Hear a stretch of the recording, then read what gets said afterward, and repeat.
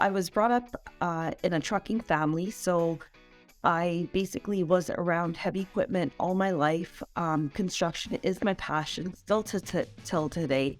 I also worked in oil and gas, pipeline, trucking and transport, as well as logistics. And recently, I did have some exposure in construction technology.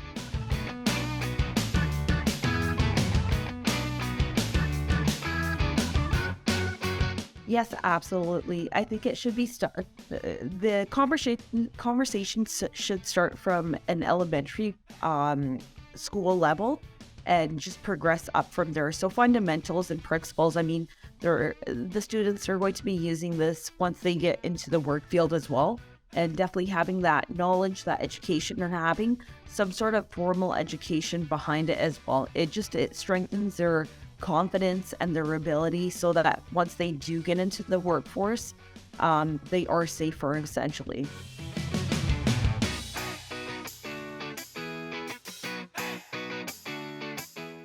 Recently, there's been a lot around DEI, which is diversity, equity, and inclusion as well. So there's a lot of great work that's being done. And I believe that you can navigate this subject matter and then cover the topic through health and safety as well. So there are some topics that are some overlays, such as bullying, harassment, violence. And we have different initiatives all throughout the globe and all throughout the world. But it comes back down essentially to the health and safety of the employee and the worker. So that does include mental health. Just like we look at physical injuries, we also need to look at psychological injuries. And so that's where that great DEI work is coming in.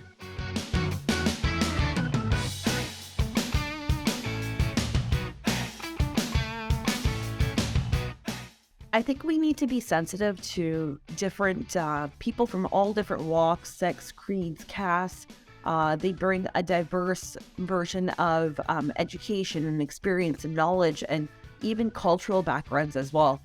Here in Vancouver, Canada, I'm so proud to say that we are such a mosaic, and the society that I live in here and the culture, it's just absolutely amazing. It's so diverse and it's so different. And so I feel like I had a very rich upbringing. And when I go into different organizations, I go work for corporations as well. I can bring that as well. So going back to the question, what can different cultures bring to the workplace? I think diversity. There's so much diverse opinions, educations, experiences as well. It just makes it a richer place to work in.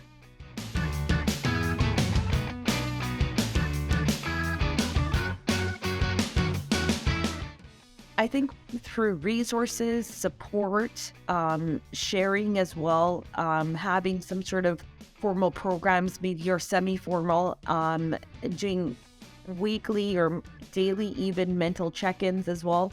All of that contributes to the betterment of your workforce as well. So looking at mental health, there needs to be a general awareness right from the start, right when they enter the company. It needs to be emphasized as well. And there's a lot of companies that are doing good work, even post-COVID as well.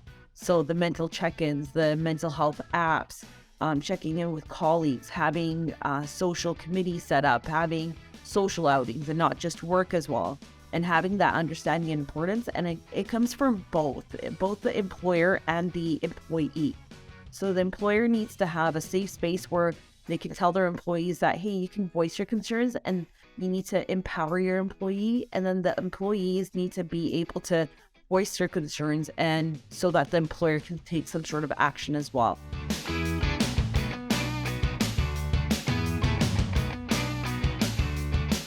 There's been a shift. Specifically, I'll talk to the construction industry here in BC, in Vancouver. And there's trouble in terms of recruiting and retaining. So one of the things that really matters is mental health. You need to invest back into your number one asset, which is your human capital, your workers, your employees, and you need to make sure that they're doing okay. And you need to prioritize their mental health and mental well-being because without these people, that company wouldn't be able to sustain and function as well. So it is top priority.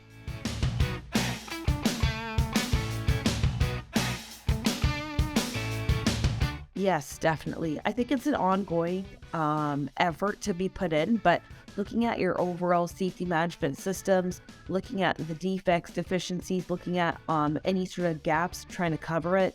But it's easier to change around written policies, procedures, protocols. It's harder to instill that safe and healthy culture as well. So it goes hand in hand. Within the system, you have the processes, but you also have the people as well.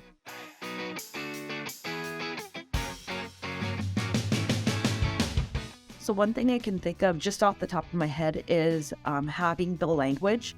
So recently with regulations and law here in BC and Canada, they've driven away from using pronouns, for example, such as she, her, and he, his, and taken on a more inclusive language, which is using the pronoun they. So that's just one step, and just being mindful. Again, it comes down to educating your workforce, having that awareness piece, making sure that everybody is on board. Knowledge is definitely power, and having that safe space for people to voice their concerns or voice however it is that they feel, what they identify as, using it in your email signatures, having that conversation about it. And we're driving away from, oh, we're not going to talk about it, or we're not going to say anything, to, hey, encouraging your workforce to talk about it, so that we're all becoming more and more educated as well, and coming from the place of being curious as well.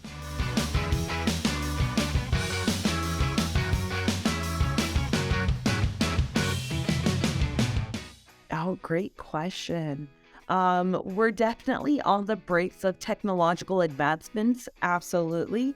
There are so many softwares and machineries and programs and everything coming in to make sure that our processes, that we're evolving as an industry as a whole as well. And where would health and safety professionals spend their time? I would like to think, in an ideal world, it would definitely be more so out on the in the field. So dealing with the people and having that human interaction, it is key for the sustainability of any business. And to actually be out there. And again, as much as you digitize the processes are used by people. And people have emotions, we have feelings. Sometimes we may be irrational, or our logic and our thought process may differ from other people. And where does that come from? Differing cultures. Having those preconceived notions, having those values, that belief system, having those differing opinions as well. And health and safety professionals definitely need to be out there strategizing, utilizing the education and the knowledge that these workers, these employees bring into the workspace as well. Yeah, just to all the health and safety professionals, keep fighting the good fight, keep going. Any sort of processes or anything that you may struggle with, or whatever it may be, definitely reach out. There's a great strong safety community globally now as well, thanks to the internet, thanks to post-COVID collaboration as well. With employers, continue to monitor employees, like, please speak up if there's anything going on. If you feel like you're not being included, or you're having a mental health some issues or whatever it may be, definitely continue to voice your concerns as well.